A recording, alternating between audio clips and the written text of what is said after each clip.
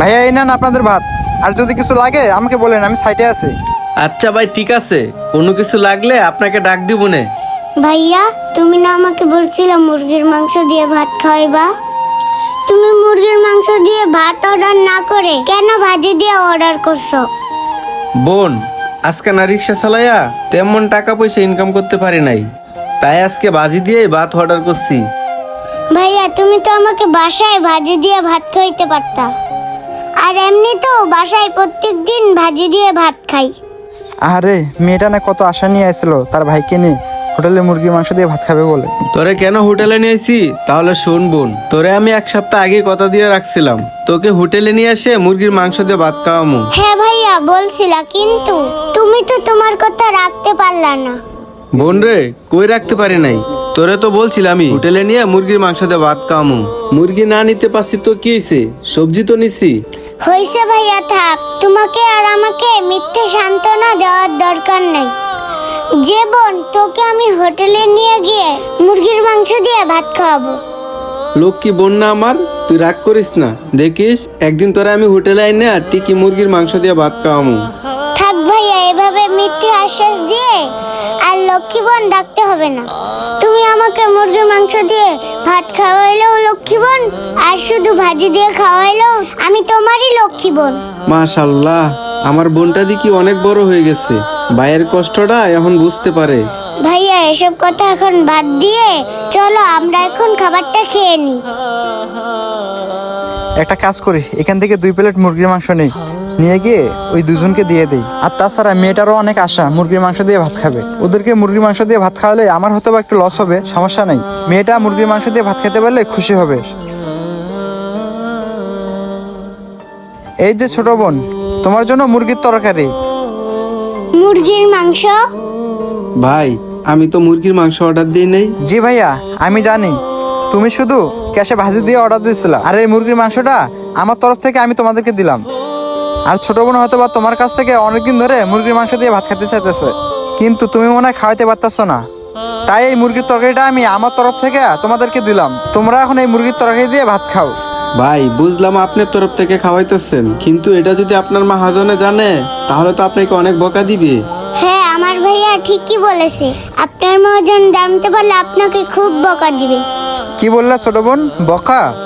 আমাদের মতো গরিবদের আবার বকা শূন্য অভ্যস্ত আছে। সমস্যা নেই ছোট বোন, তুমি এখন এই মুরগির তরকারি দিয়ে ভাতগুলো খাও। ভাই, তোমাকে একটা কথা বলি, কিছু মনে করো না। বোন তোমার কাছ থেকে মুরগির মাংস দিয়ে ভাত খেতে চাইছে, তুমি হয়তো বা খাওয়াতে পারতেছো না, কিন্তু সে তো আমারও বোন হতে পারতো, আর আমার কাছে তো সেম আবদারটাও করতে পারতো। তাই ভাবলাম আমি না হয় ভাই হিসাবে ছোট বোনের চাওয়াটা পূর্ণ করি। ভাই আর আপু, এত কিছু ভাইবো না, এখন মুরগির তরকারিটা নিয়ে ছোট বোনকে খাবারটা খেয়ে দাও, সাথে তুমিও খাও। আর মহাজনের কথা বলতেছেন, মহাজন যদি কিছু বলে আমি বলবো নি আমার বেতন থেকে মাংসের টাকাটা কেটে রাখতে। বোন, আমি তোমারে গোস্ত দিয়ে না খাওয়াইতালে কি হয়েছে, রিজিকের মালিক তো একমাত্র উপরওয়ালা। দেখো, কাউকে না কাউকে দিয়ে তোমার মনের আশাটা পূর্ণ করছে, আর কার রিজিকে কি খাবার রাখছে সেটা একমাত্র উপরওয়ালাই ভালো জানে। বুঝলাম না জীবন, 2 দিন পর পর ফিরিতে খালি মানুষের ডাইকা ডাইকা না খাওয়া, আসলে ওর উদ্দেশ্যটা কি? আসলে সেটা তো আমার জানার দরকার। আচ্ছা, আমি ওর কাছে একটু যাই, জিজ্ঞাসা করি আসলে বিষয়টা কি। যাই হোক, এখন তুমি এই মুরগির মাংসটা দিয়া ভাতগুলা খেয়ে নাও।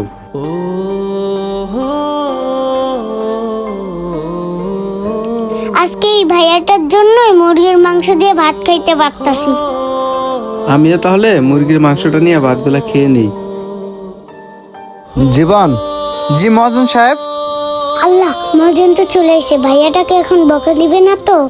আচ্ছা জীবন, তুমি একটা কথা বলো তো, 2 দিন পর পর তুমি রাস্তা থেকে লোক ধরে এনে তুমি এখানে খাওয়াও, আবার দেখি এখানে বসায় বসায় অনেক লোকেরা খাওয়াও, আসলে তোমার উদ্দেশ্যটা কি বলো তো?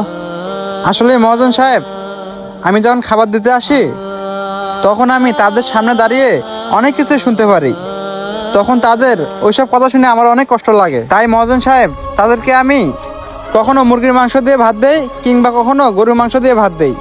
কিন্তু জীবন, তুমি যে কয় টাকা বেতন পাও সে অর্ধেক টাকা তো তোমার বেতন থেকে কাটা যায় তাদের জন্য। তুমি যে ওদেরকে খাওয়াচ্ছ, আমি কিন্তু মাস শেষে তোমার বেতন থেকে কেটে নিব। সমস্যা নেই মহাজন সাহেব, আপনি বেতন থেকেই কেটে রাখেন। কিন্তু মহাজন সাহেব, এটা সত্যি, আমি ওদেরকে এভাবে খাওয়ায় যে শান্তিটা পাই, সেই শান্তিটা আমি কোনো কাজের ভিতরেই খুঁজে পাই না। আর মহাজন সাহেব, আমরা বাঁচবই বা কতদিন? এত টাকা পয়সা, এত ধন সম্পদ দিয়ে কী হবে?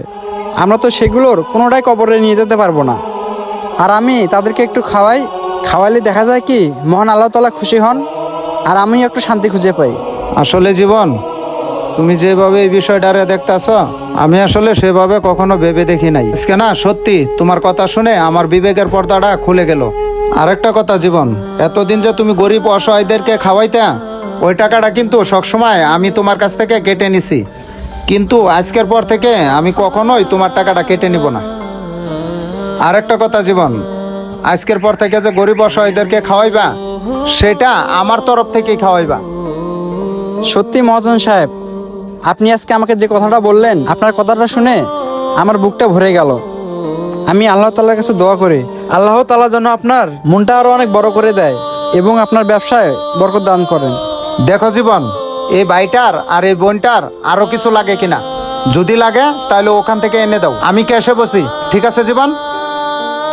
আমাদের বর্তমান সমাজে এরকম অনেক লোকেই আছে, তাদের ইচ্ছেগুলোও তারা সব কিছুই কিনে খেতে পারে না।